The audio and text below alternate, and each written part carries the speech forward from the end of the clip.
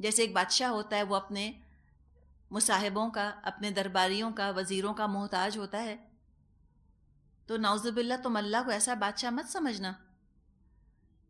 اللہ کسی کا محتاج نہیں، اللہ کسی کے کام پر ڈپینڈنٹ نہیں، وہ تو خود ہر چیز میں بذات خود انوالو ہے.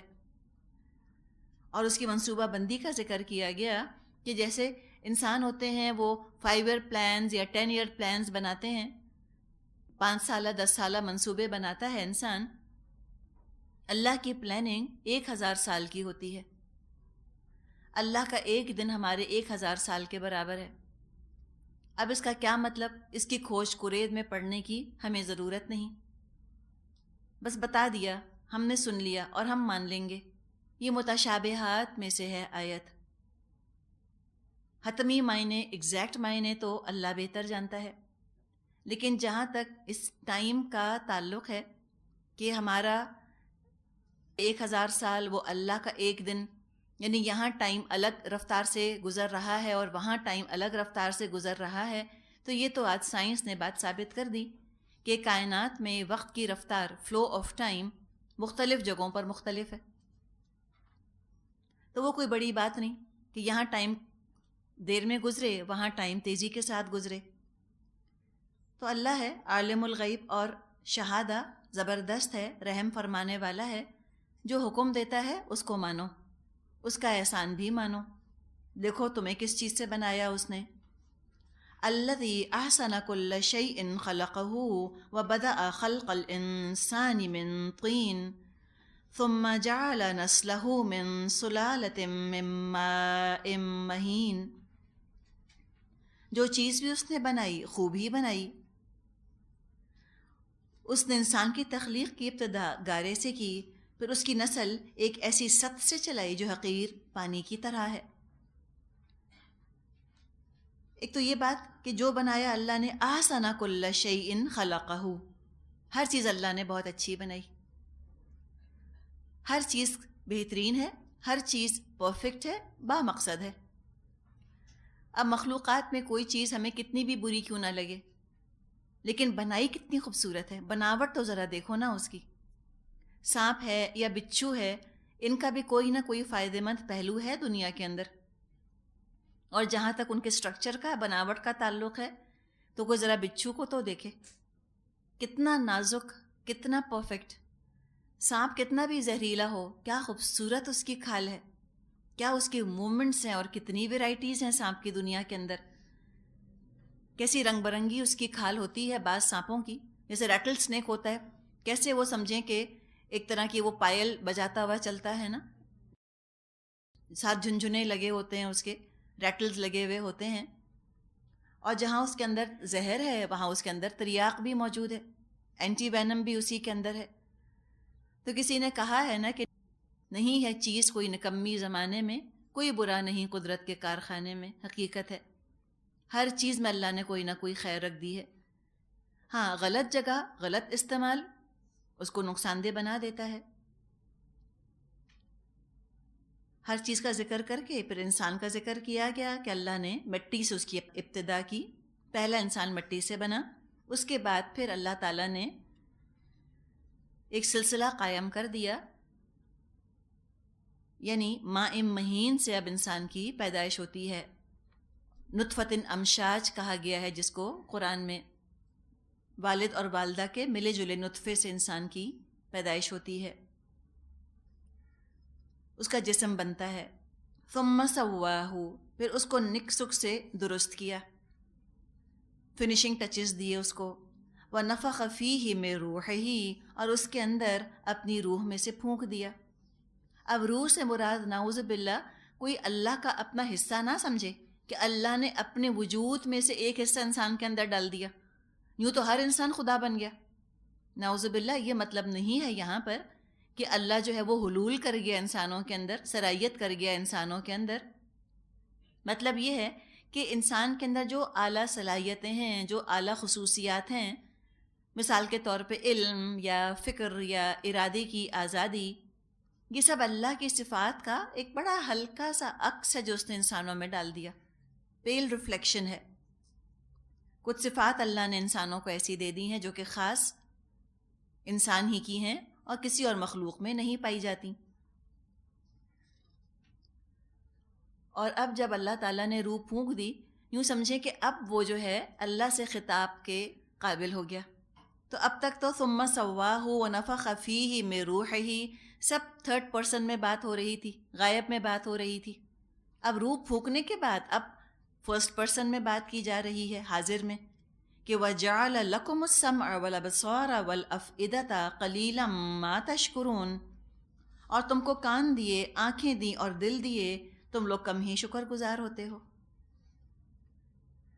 یہ بھی شکوہ ہے اللہ کا. ان نعمتوں کو استعمال کر کے بجائے کہ اللہ کو راضی کرو اور اپنے لیے جنت کماؤ، تم نے تو ناشکری شروع کر دی. تم نے تو دنیا ہی کو معبود بنا لیا، اسی کو جنت بنانے کے چکر میں پڑے رہے، اور ان چیزوں کو استعمال کر کے نہ اللہ کو راضی کیا، نہ اپنے لیے جنت کمائی، تو یہ تو کوئی شکر نہ ادا کیا. اپنے رب کو غصہ دلانے کے لیے فیکلٹیز کو استعمال کیا، بہت ہی کم شکر ادا کیا، مراد ہے نہ کیا. اور پھر باتیں کیا بنائیں؟ اپنی غلطی ماننے کے بجائے کہ ہاں ہم شکر ادا نہیں کر رہے، ہمیں اللہ کا شکر ادا کرنا چاہیے، اور جسٹیفائی کیا اپنی غلطی کو. کیا کہا؟ وَقَالُوا أَإِذَا ضَلَلْنَا فِي الْأَرْضِ أَإِنَّا لَفِي خَلْقٍ جَدِيدٍ. یہ لوگ کہتے ہیں جب ہم مٹی میں رل مل چکے ہوں گے تو کیا ہم پھر نئے سرے سے پیدا کیے جائیں گے. دللنا، دلال کا مطلب ہوتا ہے گم ہو جانا. پڑھا ہے نا ہم نے ضالین، گم ہو جانا. یہاں مراد کیا ہے کہ ہم مٹی کے اندر مل جائیں گے، ہمارا وجود مٹ جائے گا، ہم گم ہو جائیں گے مٹی کے اندر، ڈی کمپوز ہو جائیں گے. ایک ایک سیل ہمارے جسم کا اور ایک ایک ایلیمنٹ جس سے کہ ہم بنے ہیں وہ سب مٹی کے اندر مل جائے گا. تو کیا دوبارہ سے ہم بنائے جائیں گے؟ تو اللہ دوبارہ ہمارے کیا مالیکیولز جمع کر لے گا، اکٹھے کر لے گا؟ کہ اللہ ہمارے ایٹمز دوبارہ سے کلیکٹ کر لے گا؟ یہ انتہائی بچکانہ اممیچور قسم کا سوال ہے. بات یہ ہے کہ اللہ نے پہلے بھی تو تم کو انہی ایٹمز اور مالیکیولز سے بنایا. کہاں سے کیلشیم آئی اور کہاں سے فاسفورس آیا اور کدھر سے آئرن آیا اور جمع ہوا، نطفے کی شکل اس نے اختیار کی اور اس سے پھر تمہارے وجود کی ابتدا ہوئی. تو پہلے بھی تو ایسے ہی بنایا، تو دوبارہ کیوں نہیں بنا سکتا؟ تو بات یہ نہیں ہے کہ ان کو اللہ کی خلاقی میں شک ہے. اصل بات کیا ہے؟ بل ہم بلقاء ربہم کافرون. اصل بات یہ ہے یہ اپنے رب کی ملاقات کے منکر ہیں. یہ ہے ڈینائل کے اندر دراصل آسٹرچ ایٹیٹیوڈ. یہ اللہ سے ملاقات نہیں کرنا چاہتے، اللہ کو منہ دکھانے کے قابل نہیں ہیں. اتنی تو بغاوت میں زندگیاں گزاری، ایسے تو نافرمان بنے رہے. مجرم جو ہے وہ جج کے سامنے کیوں کھڑا ہونا چاہے گا؟ نافرمان جو ہے وہ آقا کے سامنے کیوں آنا چاہے گا؟ غدار بادشاہ کے سامنے کیوں پیش ہونا چاہے گا؟ کبھی بھی نہیں چاہے گا. سزا کا خوف ہے، اسے معلوم ہے جو حرکتیں میں نے کی ہیں تو اب تو اس کا نتیجہ خمیازہ مجھے بھگتنا ہے. انہوں نے کیا طریقہ اختیار کیا؟ بجائے اپنے آپ کو درست کرتے انکاری کر دیا. کہا کہ ملاقات ہوگی ہی نہیں. یہ خوب جانتے ہیں اگر اللہ نے ان کے اعمال کا حساب لے لیا تو یہ بہت برے پھنسیں گے. سورۃ النازعات میں آتا ہے نا کفار کا قول، وہ کہتے تھے تلک اذن کرۃ خاسرہ، یہ تو بڑا نقصان کا لوٹنا ہوگا اگر اللہ نے دوبارہ اٹھا لیا ہم کو، بہت شامت آئے گی. تو یہ اللہ سے ملنا ہی نہیں چاہتے.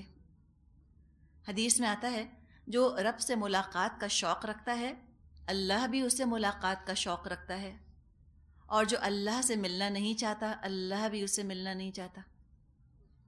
کتنے افسوس کی بات ہے نا کہ اللہ ایسی نفرت کرے. تو اپنے اعمال سے کیوں انسان اپنے آپ کو اللہ کی نفرت کا مستحق بنائے؟ کیوں نہ اپنے آپ کو محسن بنا کے اللہ کی محبت کا مستحق بنائے؟ برابر کے آپشنز ہیں نا. اور نافرمانی کے لیے بھی تو بڑی محنت کرنی پڑتی ہے، وہ کون سا آسانی سے ہو جاتا ہے معاملہ؟ اس میں بھی تو بڑا کھپنا پڑتا ہے. اللہ کا غضب، اللہ کے غضب کا مستحق بننے کے لیے بھی بہت محنت ہے، وہ بھی آسان کام نہیں. آؤٹ آف دا وے، فطرت کے خلاف جا کر کام کرتے ہیں لوگ. اداسی بھی اٹھاتے ہیں اور روتے بھی ہیں اور تکلیفیں بھی اٹھاتے ہیں اور محنت بھی کرتے ہیں. تو جب محنت کرنی ہی ہے، جب اللہ کا غصہ حاصل کرنے کے لیے محنت کر رہے ہو، کھپا رہے ہو، تو کیوں نہیں تم اس محنت کو اللہ کی رضا حاصل کرنے کے لیے کھپا دیتے؟ ورنہ تو آپ دیکھیں نا، جتنے بھی لوگ اللہ کو ناراض کر رہے ہیں ان کو کم از کم خوش تو ہونا چاہیے تھا دنیا میں. لیکن کیا ہوا؟ نہ خدا ہی ملا، نہ وصال صنم، نہ ادھر کے رہے نہ ادھر کے رہے. دنیا میں بھی وہ کچھ نہ ملا جس کی تمنا کی، دنیا نے بھی دھوکہ دیا، اور آخرت میں بھی خالی ہاتھ پہنچیں گے. اور جانا تو ہے اللہ کی طرف، کوئی چاہے یا نہ چاہے لوٹنا تو ہے. فرمایا قُلْ يَتَوَفَّاكُمْ مَلَكُ الْمَوْتِ الَّذِي وُكِّلَ بِكُمْ ثُمَّ إِلَىٰ رَبِّكُمْ تُرْجَعُونَ. ان سے کہو، موت کا وہ فرشتہ جو تم پر مقرر کیا گیا ہے تم کو پورے کا پورا اپنے قبضے میں لے لے گا، پھر تم اپنے رب کی طرف پلٹائے جاؤ گے. تو یہ ملک الموت، جن کے ماتحت اور بہت سے فرشتے ہیں، ایک پوری ٹیم ہے جو یہ کام کرتی ہے اللہ کے حکم سے. جب اللہ کا حکم ہوتا ہے وہ جان لے لیتے ہیں. روایات میں آتا ہے نبی اکرم صلی اللہ علیہ وسلم نے اپنے ایک صحابی کے سرہانے ملک الموت کو کھڑے دیکھا تو فرمایا میرے صحابی کے ساتھ نرمی کا معاملہ کرنا. تو انہوں نے جواب دیا آپ مطمئن رہیں، میں ہر مومن کے ساتھ نرمی کا معاملہ کرتا ہوں. تو اللہ سے دعا کریں کہ اللہ ہم کو ایمان کی حالت میں موت آئے. اللہ نے فرمایا ہے نا کہ وَلَا تَمُوتُنَّ إِلَّا وَأَنْتُمْ مُسْلِمُونَ، ہرگز مت مرنا مگر اس حال میں کہ تم فرما بردار ہو. تو گناہ کرتے ہوئے ایک خوف آئے کہ اگر میں اس وقت مر گئی تو میرا کیا بنے گا. حدیث میں آتا ہے کہ کوئی زانی حالت زنا میں جب ہوتا ہے تو وہ مومن نہیں ہوتا. کوئی چور حالت ایمان میں چوری نہیں کرتا. کیا ہوتا ہے؟ گناہ کی حالت میں ایمان نکل کر سر کے اوپر معلق ہو جاتا ہے، سسپینڈ ہو جاتا ہے. اس لیے کہ گناہ اور ایمان تو ساتھ رہ نہیں سکتے نا. ایمان اگر ہوتا تو گناہ نہیں ہو سکتا تھا اتنا بڑا جان بوجھ کے. اور جب وہ گناہ کی کیفیت سے باہر نکل آتا ہے انسان تو ایمان لوٹ آتا ہے. تو توبہ کر لینی چاہیے. تو کثرت سے استغفار کریں اور ہر لمحہ انسان اپنے آپ کو بچا کے رکھے. اور یہ بھی پھر اسی روایت میں آتا ہے کہ ملک الموت نے کہا میں ہر انسان کو دن میں 5 مرتبہ دیکھتا ہوں. دن میں 5 دفعہ وہ جھانک کے دیکھتا ہے ہم کو ان کا وقت آیا کہ نہیں. اتنی قریب ہے نا موت اور ہم کتنے غافل ہیں. اگلا سانس نہ آئے تو، یا جن لوگوں پر ہماری خوشیوں کا دار و مدار ہے وہ چلے جائیں دنیا سے، تو شوہر نہ رہے یا اولاد نہ رہے یا بہن بھائیوں میں سے کوئی چلا جائے یا کوئی قریبی جاننے والا دوست، تو زندگی کیا بچتی ہے نا. ہم انہی پر تو ناز کرتے ہیں نا. بیویوں کو شوہر پر ہی ناز ہے نا. شوہر کی زندگی ہے تو بیوی ملکہ ہے. شوہر سے بڑھ کر کسی کے لیے اہم نہیں ہم. حقیقت ہے ہر ایک لگتا ہے ہمیں نگلیکٹ کرتا ہے. میاں کی زندگی ہمارے گرد گھومتی ہے. ہم بہت اہم ہوتی ہیں نا شوہروں کے لیے. ان کی ضرورت ہے نا بیوی شوہر کی، بہت اہم ہے. اپنے ماں باپ کے گھر میں آپ جائیں آپ کو لگے گا آپ نگلیکٹڈ ہیں. اتنی امپورٹنس نہیں، اس لیے کہ ان کو 10 اور کام ہیں. آپ اکیلی ان کی بیٹی تھوڑی ہیں، ان کے تو اور بھی تو بچے ہیں. You are one of them. شوہر کے لیے ہم ایک ہیں، واحد، اکیلی. اب وہ نہ رہے تو سارا راج ختم. تو یہ راج تو ختم ہونا ہی ہے نا ایک دن. شوہر ہے اور میں چلی گئی تو ختم. تو کیوں نہیں انسان فکر کرتا اس وقت کی؟ کیوں دل لگائے اس دنیا سے اتنا زیادہ؟ تو انہوں نے کہا کہ میں 5 دفعہ آ کر ہر شخص کو دیکھتا ہوں، ان کے چھوٹے بڑے سب سے واقف ہوں. پھر فرمایا اے محمد صلی اللہ علیہ وسلم، جو کچھ ہے اللہ کے حکم سے ہے، ورنہ میں ایک مچھر کی روح قبض کرنا چاہوں مجھے اس پر قدرت نہیں. یہی بنیادی فرق ہے توحید اور شرک میں. ہم بھی مانتے ہیں فرشتوں کو، ہم بھی مانتے ہیں کہ اللہ کے کوئی کارندے ہیں جو کائنات میں مختلف کام انجام دیتے ہیں، اور ہم یہ کہتے ہیں کہ وہ بے اختیار ہیں. کل اختیار اللہ کے پاس ہے. اپنی مرضی سے وہ کچھ نہیں کر سکتے. انڈیپینڈنٹ نہیں ہیں، خود مختار نہیں. مشرک کہاں دھوکہ کھاتے ہیں، وہ کہتے ہیں ہاں اللہ ان لوگوں سے کام کرواتا ہے. غلطی کیا ہوئی؟ وہ یہ کہتے ہیں کہ یہ خود مختار ہیں، انڈیپینڈنٹ ہیں، ان کے پاس اختیار ہے، یہ اپنی مرضی سے بھی کچھ کر سکتے ہیں. بس یہی شرک اور توحید کا فرق ہے، بال برابر کا فرق ہے. ہم سمجھتے ہیں نا شرک اور توحید میں زمین آسمان کا فرق ہے، نہیں، بال برابر کا فرق ہے. اس لیے انسان کی خیریت اسی میں ہے کہ اپنے عقیدے پر جمع رہے اور سنت سے ایک قدم ادھر سے ادھر نہ کرے. یہاں ہٹا یا وہاں ہٹا وہ ضرور شرک میں پڑے گا جا کر، شعوری یا غیر شعوری طور پہ. اور ہر شرک شعوری نہیں ہوتا، بعض شرک جو ہے وہ غیر شعوری ہوتا ہے، پتہ ہی نہیں چلتا کہ ہم شرک کے اندر مبتلا ہو گئے ہیں. ایک اور حدیث میں آتا ہے کہ کافر کی روح اس کے جسم سے ایسے نکالی جاتی ہے جیسے ریشم میں کانٹوں والی شاخ ڈال کر کھینچ لی جائے، تو کیسے ایک ایک تار جو ہے وہ کھنچ جاتا ہے نا، ایسے کافر کی جان نکالی جاتی ہے. اور مومن کی ایسی جیسے کہ مشک کے منہ سے ایک بوند ٹپک جائے، اتنی آسانی کے ساتھ نکل جاتی ہے، اس لیے کہ وہ تو سامان پیک کر کے سمٹا سمٹایا بیٹھا رہتا ہے دنیا میں نا، اب جانا ہے جب جانا ہے، پوری تیاری کر کے رکھتا ہے. یہ جو نمازوں کی ہم بات کرتے ہیں نا، اس میں انشاءاللہ تعالیٰ ایک چیز آپ آزما کے دیکھیں، آپ کو بہت فائدہ ہوگا نماز میں خشوع پیدا کرنے میں نا، کہ ریلیکس ہو کے نماز پڑھیں. کبھی یوں تصور میں لے کر آئیں جیسے اپنی قبر میں نماز پڑھ رہی ہیں، تو آپ دیکھیے کہ آپ کو کوئی فکر ہی نہیں ہوگی. آدھی فکریں تو یہ ہوتی کہ جلدی نماز پڑھوں تو کھانا لگانا ہے، تو جلدی یہ کروں تو بچے آنے والے ہیں، تو پھر یہ کروں تو مجھ کو سونا ہے. یوں سوچیں کہ بس گزر گئی ہے زندگی، it's all done, done and over, ختم ہو گئی، اوور اینڈ ڈن وتھ. اور اب ہم ریلیکس کر کے نماز پڑھ رہے ہیں. وہ بھی کتنے مزے کی نماز ہوگی نا، اگر جنت میں نماز پڑھی، سوچیں کیا لطف آئے گا پڑھنے کا انشاءاللہ تعالیٰ اگر وہاں پہنچے. اور نماز ہی تو پہنچانے والی بھی ہے انشاءاللہ.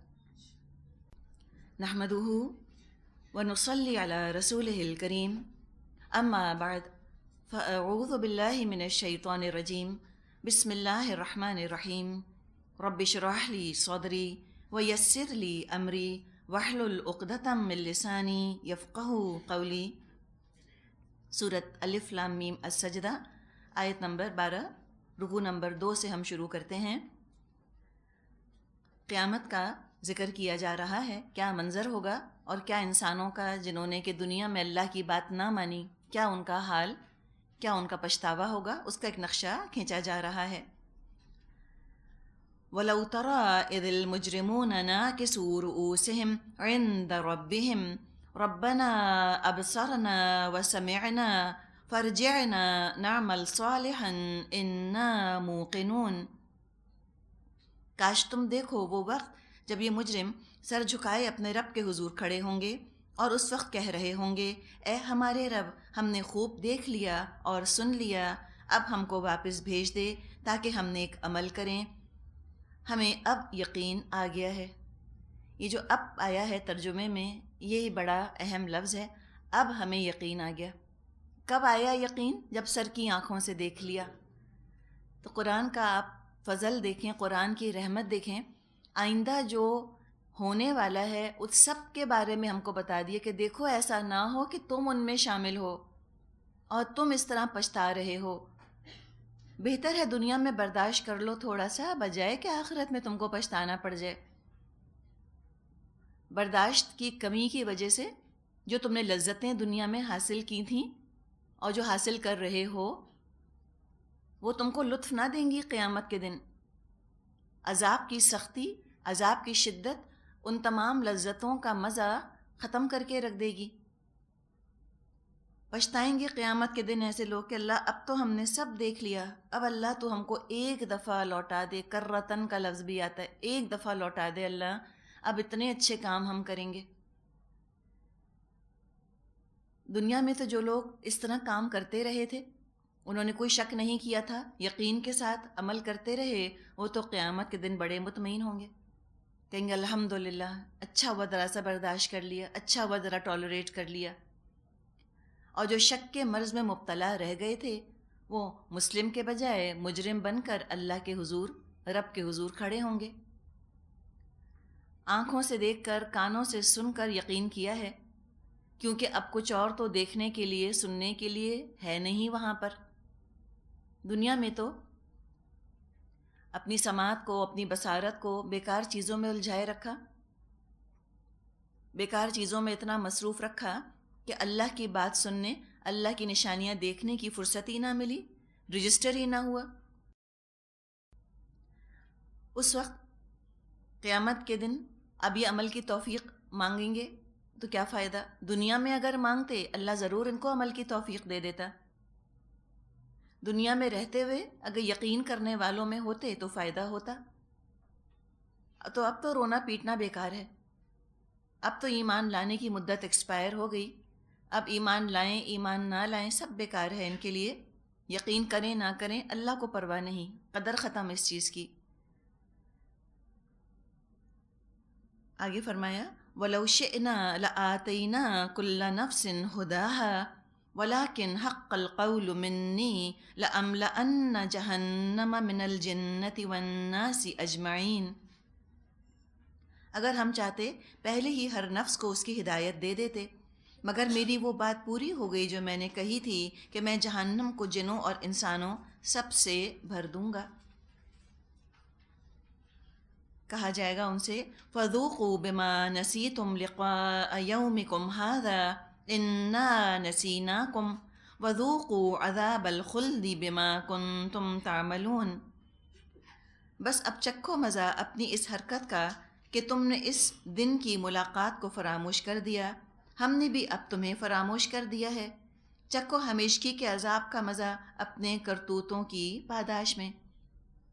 کنتم تعملون بھی دیکھیے ماضی استمراری بن رہا ہے، یعنی کہ دوام تھا ان کا نافرمانی کے اوپر، اسپوریڈک نافرمان نہیں تھے، کبھی کبھار کے نافرمان نہیں تھے، ڈس اوبیڈینٹ نہیں تھے، انہوں نے تو ایک روٹین کے طور پہ، ایک معمول کے طور پہ اللہ کی نافرمانیاں کی تھیں۔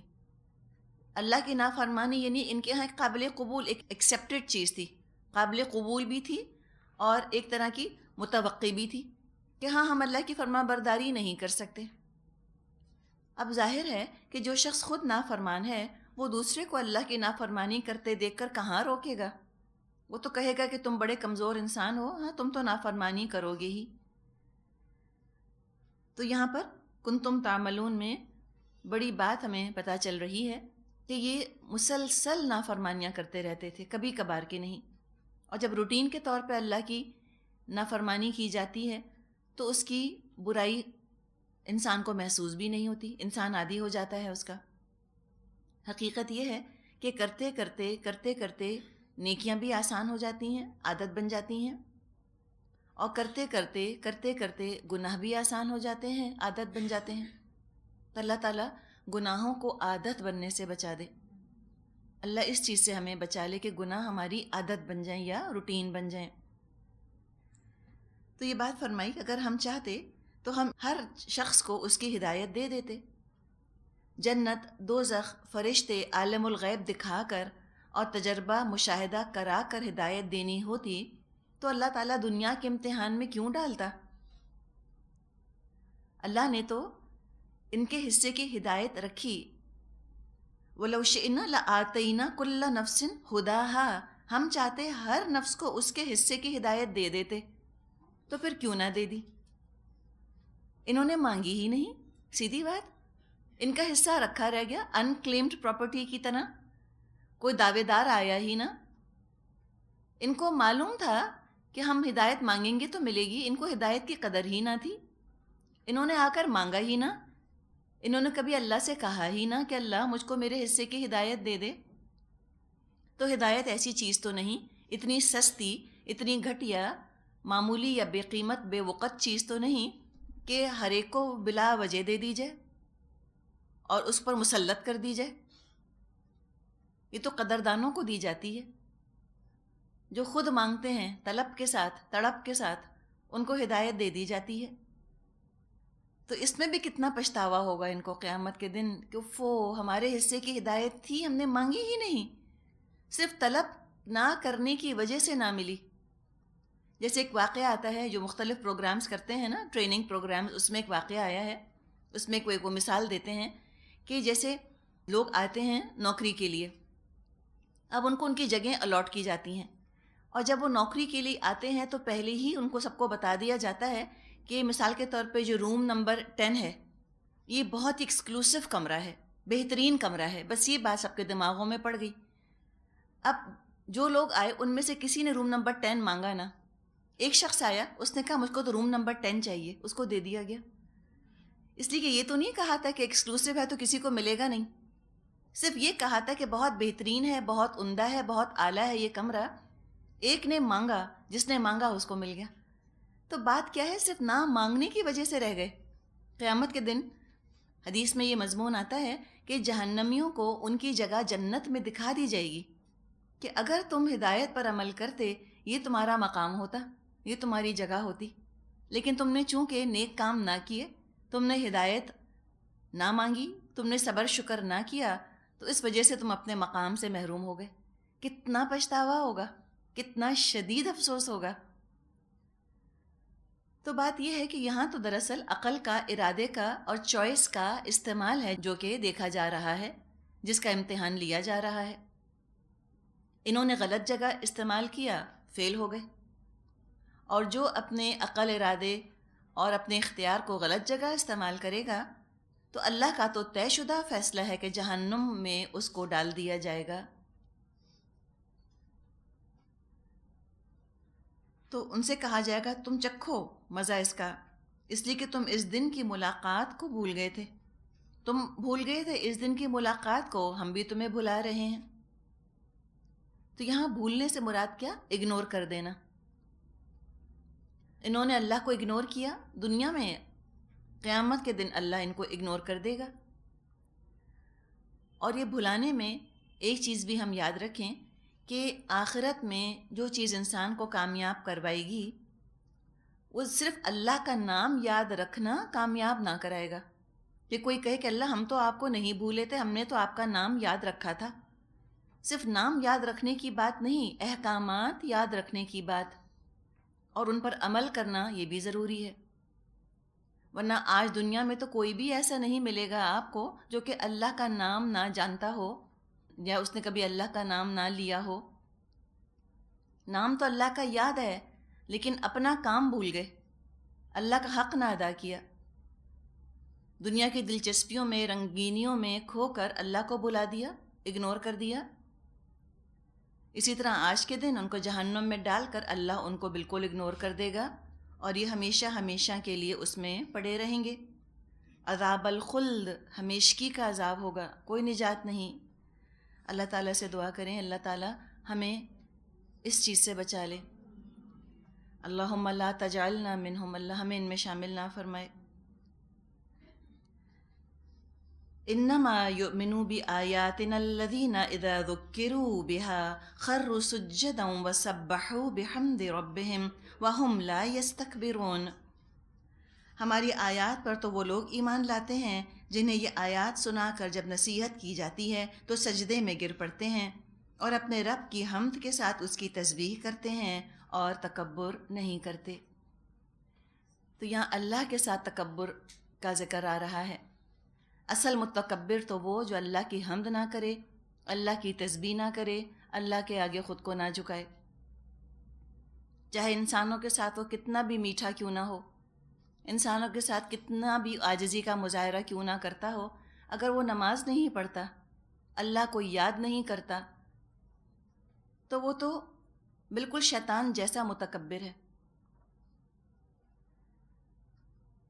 عاجزی کرنے والے لوگ ہی جنت میں داخلہ پا سکیں گے کہ اللہ کی بات آتے ہی اپنی مرضی، اپنی بات، اپنی عقل پیچھے کر دیتے ہیں، اپنی انا کو اللہ کے آگے بچھا دیتے ہیں. کسی نے کہا ہے کہ بندہ مومن خود کو اللہ کے حوالے اس طرح کر دیتا ہے جیسے کہ نہلانے والے کے ہاتھوں میں مردہ. آپ نے غسل میت دیکھا ہے؟ اس میں آپ نے دیکھا کہ جس کو غسل دیا جا رہا ہوتا ہے میت کو، اس کی اپنی کوئی مرضی نہیں ہوتی. غسل دینے والے دائیں کروٹ دلاتے ہیں، وہ دائیں کروٹ ہو جاتی ہے، بائیں کروٹ دلاتے ہیں، بائیں کروٹ ہو جاتی ہے. اس طرح انسان ٹوٹلی اپنے آپ کو اللہ کی مرضی کے حوالے کر دے. اس میں پھر آپ دیکھیں کہ انسان کے اندر گھٹن، جلن اور ناراضگیاں اور غم، یہ چیزیں بہت ہی انڈر کنٹرول آ جاتی ہیں، قابو میں آ جاتی ہیں، زندگی کا روگ نہیں بنتی۔ تو اگر ہم اپنے آپ کو اللہ کے حوالے کرتے ہیں تو اللہ کا تو کوئی فائدہ نہیں، ہمارا فائدہ ہے۔